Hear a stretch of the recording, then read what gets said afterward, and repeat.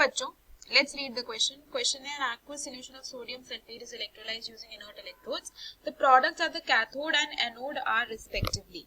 Options दिए हुए हैं H2NO2, O2NH2, O2NNA, O2NSO2, right?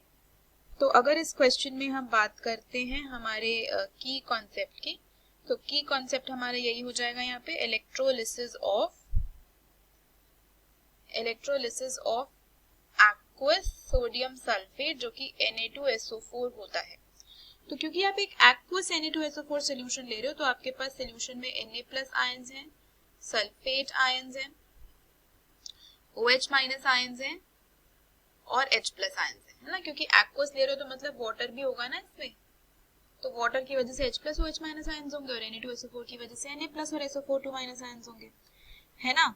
अब देखो कैथोड पे मेटल का रिडक्शन होता है ना, कैथोड पे जो प्रोसेस हो रहा होता है वो रिडक्शन का होता है क्योंकि यहाँ पे गेन ऑफ इलेक्ट्रॉन होता है, और किसका होता है, मेटल्स का होता है। तो यहाँ पे कौन कौन आपस में कंपीट करेगा, Na+ और H+, मतलब जो आपके कटायंस होते हैं बेसिकली वो कैथोड पे रिड्यूस होते हैं, है ना।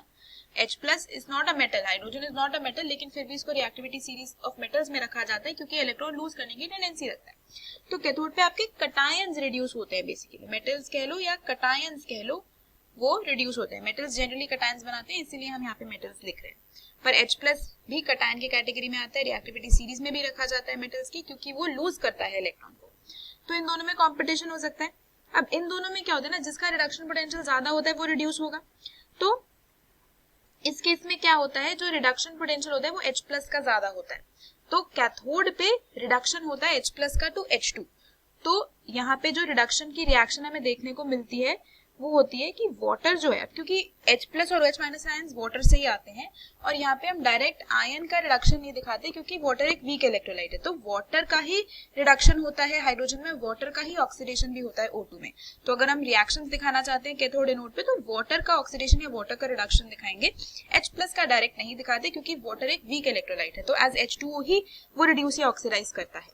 तो H2O जो है वो इलेक्ट्रॉन लेगा और H2 बनाएगा और साथ में OH- आयन बना देगा, तो इसको बैलेंस कर लोगे तो ये 2, 2 और 2।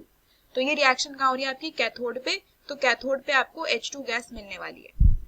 अब वहीं पे बात कर लेते हैं हम एनोड की, तो एनोड पे अनायंस का ऑक्सीडेशन होता है ना। एनोड पे जो प्रोसेस होता है वो ऑक्सीडेशन होता है क्योंकि यहाँ पे लॉस ऑफ इलेक्ट्रॉन होने वाला है, तो यहाँ पे कॉम्पिटिशन होने वाला है OH- और SO4 के बीच में।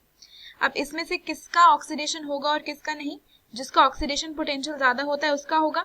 अब इस केस में OH- का ऑक्सीडेशन पोटेंशियल ज्यादा होगा SO4 से, तो यहाँ पे OH- का ऑक्सीडेशन होगा, मतलब हम दिखाएंगे कि वाटर का ऑक्सीडेशन होने वाला है to give you O2, H+ and electron. तो बैलेंस कर लो 4H+, 2H2O, 4 इलेक्ट्रॉन्स, ठीक है।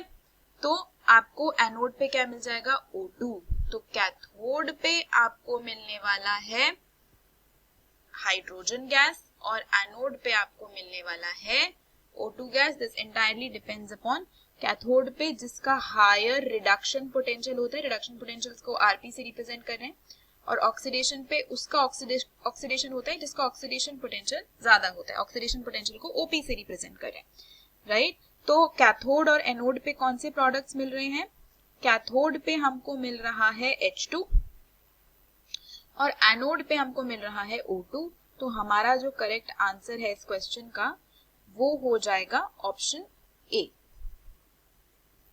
तो फाइनल आंसर इस क्वेश्चन का है ऑप्शन ए H2, O2।